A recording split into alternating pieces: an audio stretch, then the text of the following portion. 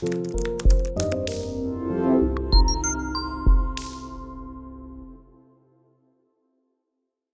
tonight's lesson is coming from the 90th number of the Psalms. The 90th number of the Psalms. For those of you who do not know, Psalms is broken up into 5 Hebrew hymn books.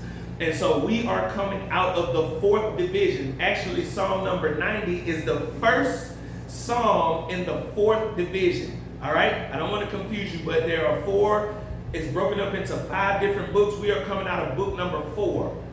And Psalm number 90 is the first one. All right? And I believe it's Psalms 90 to 106 is the 4th book. And then 107 to 150 is the 5th book. So we are in the 4th division of Psalms.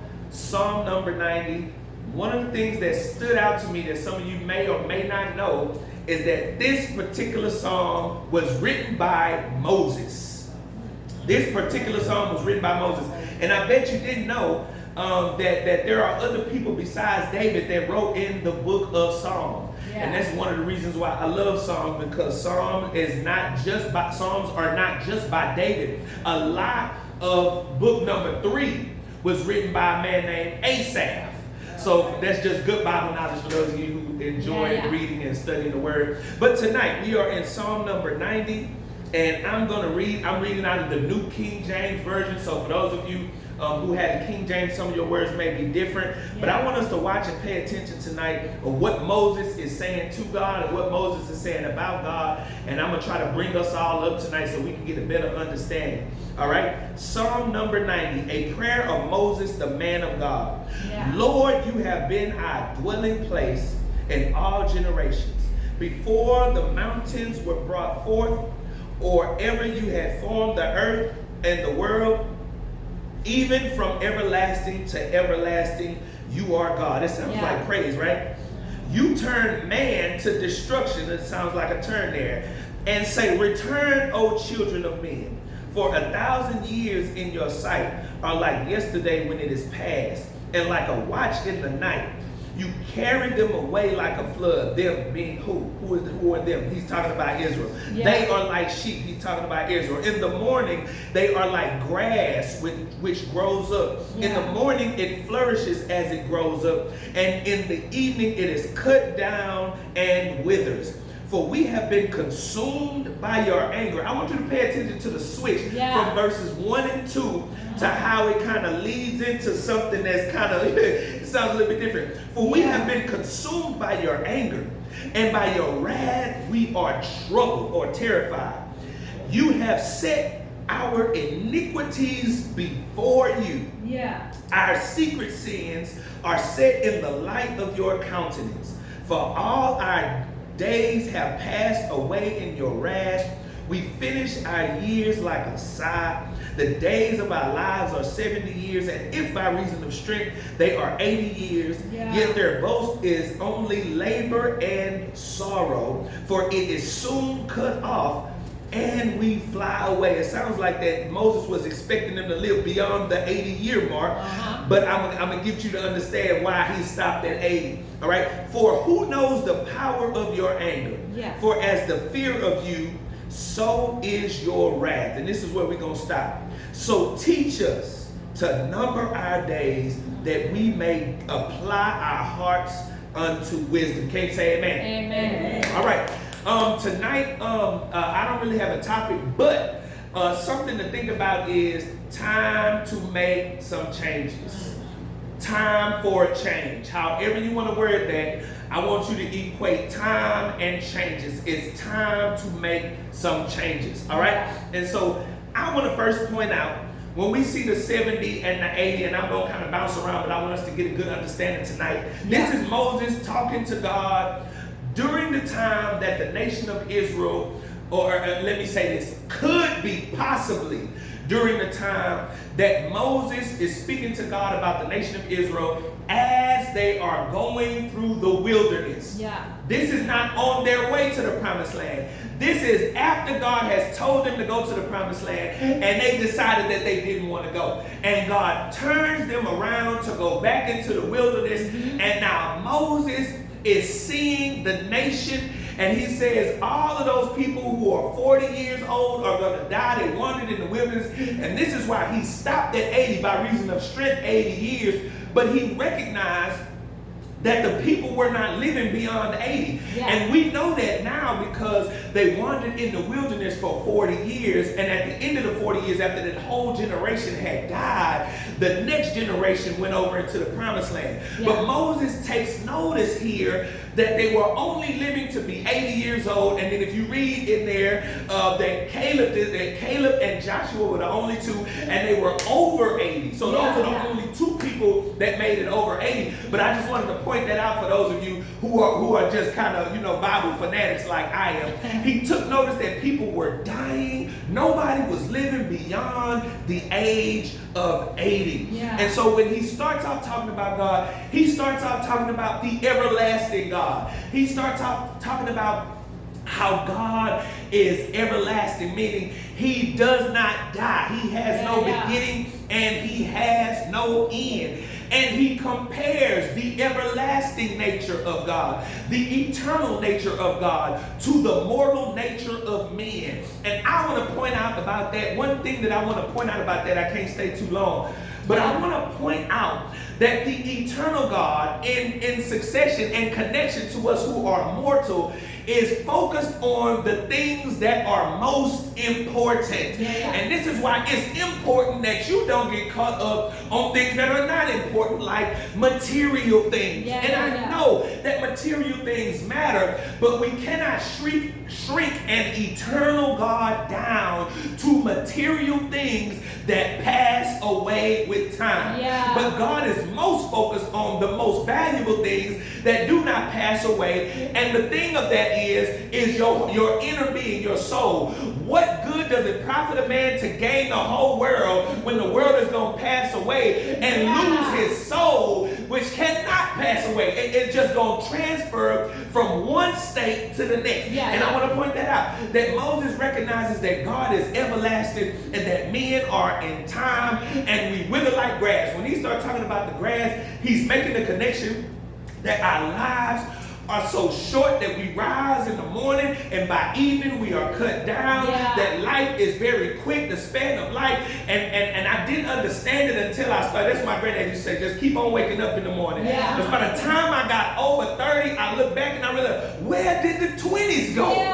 Where did the teenage years go? You don't recognize how fast life goes until you get to the age that you are and you're wondering, where in the world did all the time go? And here's what I want to point out tonight, and this is where we starting at. We are starting at Moses points out the anger and wrath of God. The anger and wrath of God. And why is that significant? That is significant because all that we have heard about God is that how loving he is, how patient he is, how kind and gracious he is. But when you really study God and when you really learn God and when you really understand God, you recognize that the same God that is loving, that same God can be angry. And the same God that displays his love will display his anger. And so I want us to pay attention tonight, because tonight we are going to be introduced to the God of love, but the God of tough love. I want us to get that. The God of tough love, the reality of God's wrath. The same God who is loving, the same God who is kind and patient gets angry. And he has allowed Israel to walk in the wilderness. He has allowed Israel to walk in the wilderness, and I want you to picture in your mind that Israel has wandered in the wilderness and they have watched their fellow Israelites die in the wilderness. It is the anger of God that teaches you that God is not just there to be your personal genie, but there are consequences for stepping beyond his boundaries. And I want to start there tonight, because I want us to understand that when God says he loves you and he will always love you, but your actions have consequences. I want you to get that. He will love you, but your actions have consequences. And when he goes to verse 8, he talks about how they are consumed by God's wrath. He talks about how God is displaying his anger. He talks about how God is doing all these things. But the understanding of why comes in verse number 8. when he says, you have set our iniquities before you.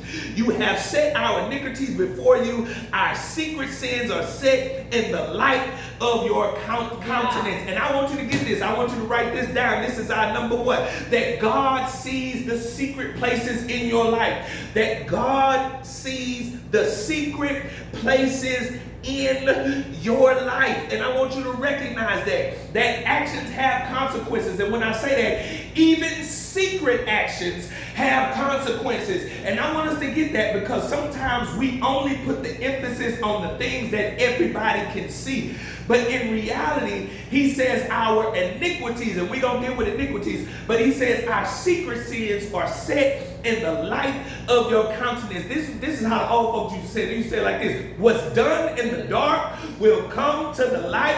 And if it don't come to the light, that God has seen it as light. So whatever it is that you're doing in the corner, and I like another scripture where it says that the God who sees in secret will reward you openly. And I want you to get that the reward can be a negative reward, that it don't always guarantee that it's going to be a positive. If the deeds that you have done in the dark are justly rewarded with negative consequences, you can do your deed in the dark, but your consequence will be shown openly. God says to David, this thing you have done in secret, but I am going to put your punishment on display for everybody in Israel to see. And I want you to get that God sees your secret life, that God sees the secret places in your life. And I want us to get this, that just like a parent will show you love, just like a parent will show you mercy. I have a son who was in elementary school, and he would get in trouble, and I mean get in trouble every single week. It was to the teacher. I know the teacher, as soon as the teacher called, I know who you calling about. I don't know what he has done, but I know who you calling about. And if you like me, I have grace and I have mercy, and I try to be patient, and I'm not going to beat you this time, because I want you to see that I'm giving you time to fix your actions and your behavior. So I'm going to talk to you. I'm going to bring you in. We're going to have a heart to heart. I'm going to bring you in. You're going to hear me fussing. I'm going to bring you in. I'm going to try to talk to you. But there comes a point of time when grace has run out and mercy has run out, and it is time for you to come on, meet your maker. Now you have to not see God, your daddy's anger, but you got to feel it right now. And I want us to understand this about God tonight. When I say that God who sees in secret will reward you openly, there will come a time in your life that when you become so insistent and persistent and stubborn in your actions, that the grace of God will run out and the mercy of God will run out, and what you didn't want to hear about God, that God will make you feel what it is. And maybe that's for somebody. Maybe you don't understand why things have not lined up in your life. And I want you to understand this, that sometimes, just like we talked about last week, how your lifestyle can bring you under God's favor. I want you to understand that your lifestyle can bring you under God's anger. Your lifestyle, your attitude can bring you under God's anger. The decisions that you make can bring you under God's anger. And sometimes we still don't get it. And I want that to play a very big part in our lives. A lot of times we miss what God is trying to say. We are so stubborn in our actions that God done put a fence up, that God done put electrocution through the fence. He done put barbed wire on the fence, and you done crawled through the fence. You done cut yourself on the barbed wire. You done shot yourself. You done went through all of these things, missing that God is trying to get you to see, I am angry. I want you to consider that maybe the area in your life that you have overlooked, that maybe that's God showing you that he is not pleased with you in this area. He is not pleased with you in this area. He doesn't like the way you handle certain things. He doesn't like the way you speak to certain people. That God, maybe you may have positioned yourself not under God's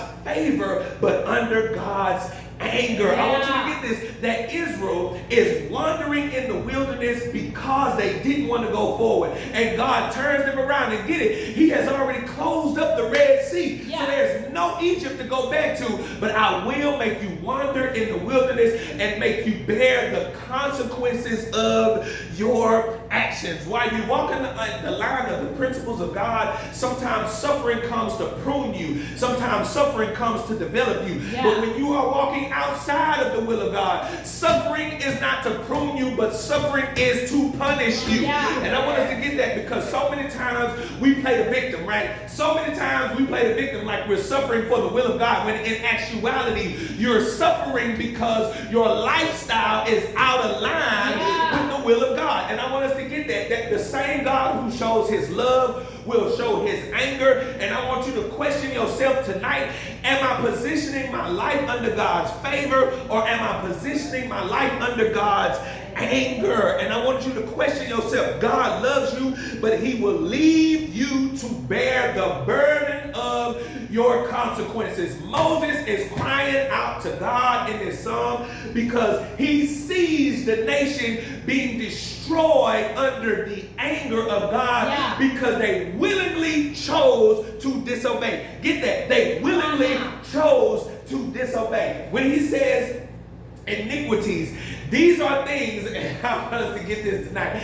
These are things that you purposely and willfully do that you know are outside of the will of God. Things that you purposely purpose in your heart to do that you know are not like God. That God has been patient with you, and he has been merciful to you, and he has been kind to you, and you already know the areas of your life that needs to be cleaned up, but you willfully choose to not clean them. And what does that bring? That brings the anger and wrath of God down on your life. Their place of restlessness, the wilderness, their place of restlessness due to the absence of the peace of God. And I want you to get this, that just like Saul, when Saul began to justify his wrong actions, God allowed the spirit of torment to come on him. In other words, God removed the peace from his heart so he could experience what it was like to be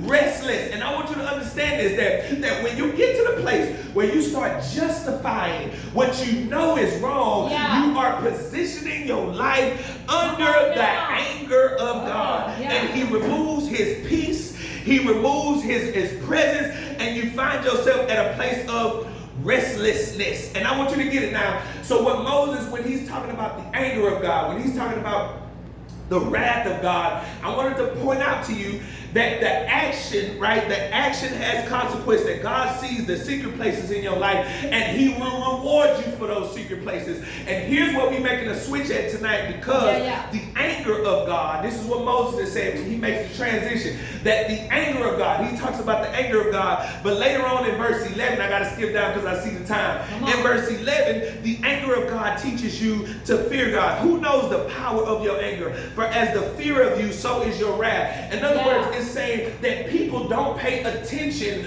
to the anger of God. And this is why sometimes people are moved in disrespectful ways, because they don't have the fear of God. Used to be a time where there were some things that you didn't do in church, not because you feared the pastor, but because you feared God. And sometimes, and here's what it is, that sometimes that the love of God, you don't see God's power in his love, but you see his power in his anger. And this is what he does to Pharaoh. Moses comes to Pharaoh and says, Pharaoh, the God of Israel says, let my people go. Pharaoh says, who is this God? I don't know this God, and I will not obey this God. I will not let the people of Israel go. And I want you to get this, that Pharaoh did not know who God was. That Pharaoh did not know, but he came to know who God was by the plagues that he saw. Are y'all getting that? He came to know the power of God, not because God loved him, but by the plagues and the punishment that came on his life. He came to revere and respect the power of God when he saw the frog, when he saw the locust, when he saw the blood in the water, when he saw all of these different plagues. It taught him to respect the power and presence of God. And I want to ask you this question tonight: how far does God have to send you in your consequence for you to begin to respect that he's watching your life? I want us to get this tonight. If you don't get nothing else from this lesson tonight, it is God telling you to live a life of boundaries. Yes. It's not saying that I'm perfect, but it's because I know that God is watching my life. I won't just allow myself to do just any old thing. I won't just allow myself to engage in any old activity. Yeah. Not because I'm scared of anybody, but because I fear God. Yeah. And oftentimes what God will do is he won't show you in love, but he'll show you in anger in order for you to respect. Yes. Sometimes it takes a near-death experience. Why does God have to drive you to that point in order for you to change? Why does God have to allow calamity to come in your life, or trouble to come in your life, or a near-death experience to happen in your life, just for you to change the things that you know you need to change? And this is where we are in the lesson here. It is Moses saying that sometimes God will show you his power in his anger. He'll allow some things on your life. He'll allow some things to come in your life. How much will it take for you to learn to live with a certain level of respect and restraint because you fear God? Yes. Living a life of respect and restraint. I need somebody that's watching tonight to type that: respect and restraint. To live your life with a level of respect and restraint. And every time you go past that, God may not do it right now. He may not. You may get by, but you will not get away. And I want you to consider this, that Israel had some sins that they had done in secret, but the time came where God brought them up before him. And this is why you got to be careful how you treat people. You got to be careful how you talk to people. You got to be careful how you disrespect people and mistreat people, because there's going to come a time where all of those things are going to come up before God, and God has a way of showing you why you need to respect him. And I don't know about you, but it's happened in my own life as I move on, that God had to just show me that, Marcus, you out here doing all this stuff that you want to do, but I can just move one or two things out of your life, and your life will go completely out of control. And maybe that's your word. That's a word for you tonight, that maybe God has to pull a couple of cords in your life in order for you to recognize that you need to live your life with respect and restraint. I need you to hear those two words: respect and restraint. There ought to be some things that you do not do. And so because of that, this is what he says in verse 12. And I got to move. I'm moving. I know the time is. So because of this, because we understand the power of your wrath, because we understand that you do have power, because we understand that there is wrath that you can do, you can cause so many things, and because we understand that, teach us to number our days. I like that. Teach us to number our days. Teach us, God, to number our days. Do you know, understand that you are not going to be here always? Do you recognize that you are not going to be here always? And sometimes what God has to do is he has to cause such a change in your life to make you change your attitude. He'll allow some things in your life to make you change your attitude about life. Am I the only one that has been through some experiences in my life that made me say, you know what, maybe I need to change the way I do this? And so, Lord, because I understand that you can destroy things that you want to destroy, because I understand that you can change whatever you want to change, teach me to number my days, because I'm not guaranteed to be here tomorrow. I need somebody to understand that. I know you are young, but I have preached young funerals as well as old funerals. You are not guaranteed to stay here. And I want us to get that. So because of that, because we understand the power of God, teach us to number our days. Help me to recognize that I'm not going to be here always. And then he says, so that we might apply our hearts to wisdom. In other words, he's saying, so that I'll spend my time on earth wisely. Oh, I want you to get that. So that you will spend your time on earth wisely. That God is the only eternal being, and you have a time period, and you don't know